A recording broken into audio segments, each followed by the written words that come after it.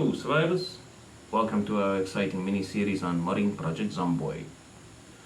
I am Johan Strijdom and today we're starting a journey to create our very own mod for Project Zomboid. By the end of this series, you'll be able to add a brand new item to the game, an empty bottle that can be found in bins all over the game world. Before we dive in, let me give you an overview of what we'll be covering in this mini-series.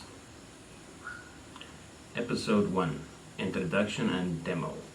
What you can expect from the series and a quick demo of the final result. Episode 2, Prerequisites and Tools Needed.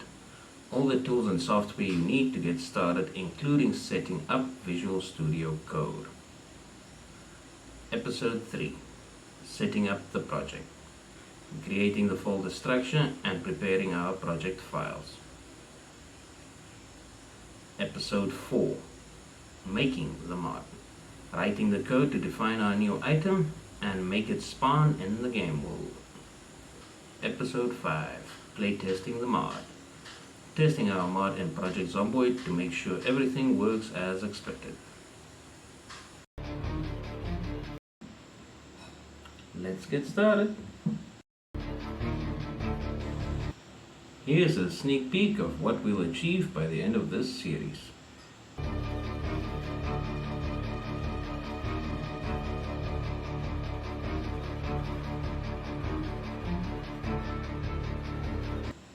In a future series, we will add more functionality to our item, but for now, let's focus on getting it into the game. Pretty cool, right? Make sure to like, subscribe and hit the bell icon so you don't miss out on the next episode, where we will be covering all the prerequisites and tools needed for this project.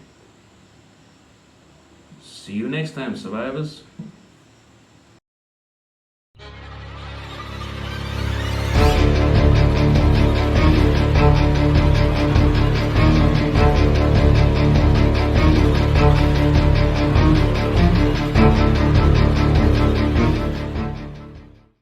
And today,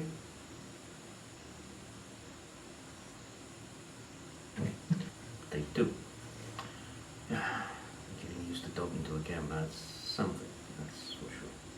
Can be found all over the game in bins. No, that sounds bad.